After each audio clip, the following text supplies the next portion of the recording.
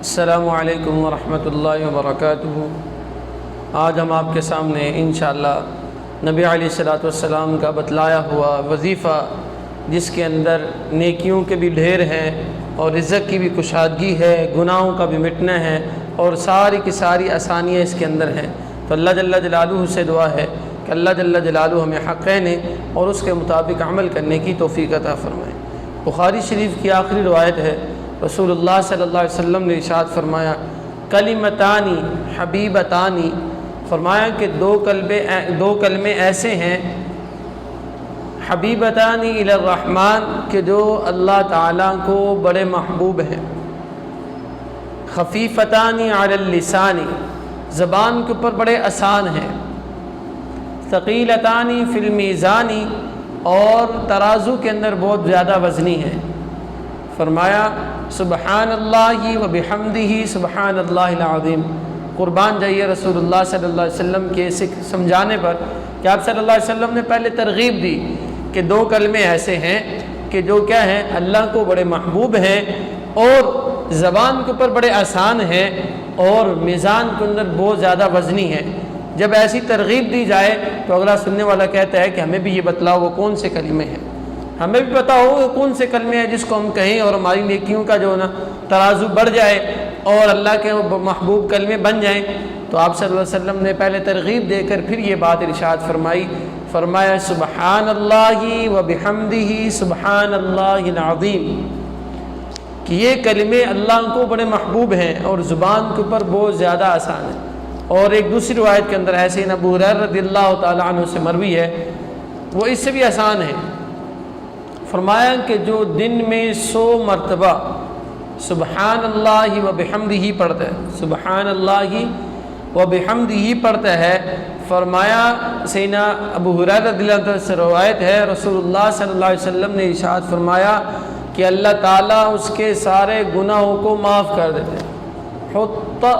حطت عنہ خطایاہ وان کان مثل زبد البحر، فرمایا اگرچہ سمندروں کی جھاگ کے بقدر کیوں نہ ہو، جتنے زیادہ مرضی ہوں، تو فرمایا یہ کلمات کہنے سے اللہ تعالیٰ اس کے سارے گناہوں کو معاف کر دیتے۔ دیکھو بالکل آسان ہے، سبحان اللہ و بحمدہ 100 مرتبہ۔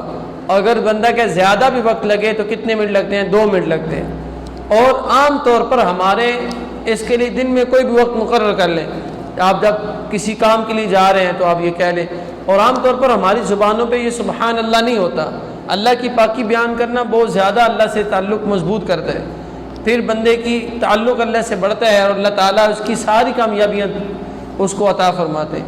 ایک بزرگ کے پاس ایک آدمی آیا، اس نے آ کے عرض کی کہ حضرت جی کہ میرے ہاں رزق کی بڑی تنگی ہے، میرے ہاں رزق کی بڑی تنگی ہے۔ تو بزرگوں نے فرمایا کہ سبحان اللہ و بحمدہ سبحان اللہ العظیم پڑھا کرو۔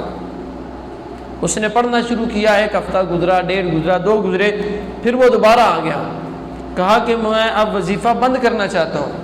کہا کیوں بند کیوں کرنا چاہتے ہو؟ پہلے تو تم کہتے تو رزق کی بڑی تنگی ہے، اب جب اللہ نے فراوانی کی ہے تو تم کہتے ہو میں وظیفہ بند کرنا چاہتا ہوں۔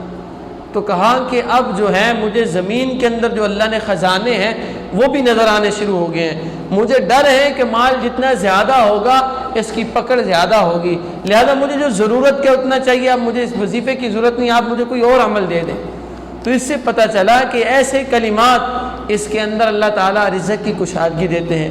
اللہ تعالیٰ سب سے بڑی بات یہ ہے کہ جو بندہ ذکر کرتا ہے اللہ تعالیٰ اس کے دل کو اطمینان عطا فرماتے ہیں۔ عام طور پر جو بندہ پریشان ہوتا ہے وہ کیوں ہوتا ہے؟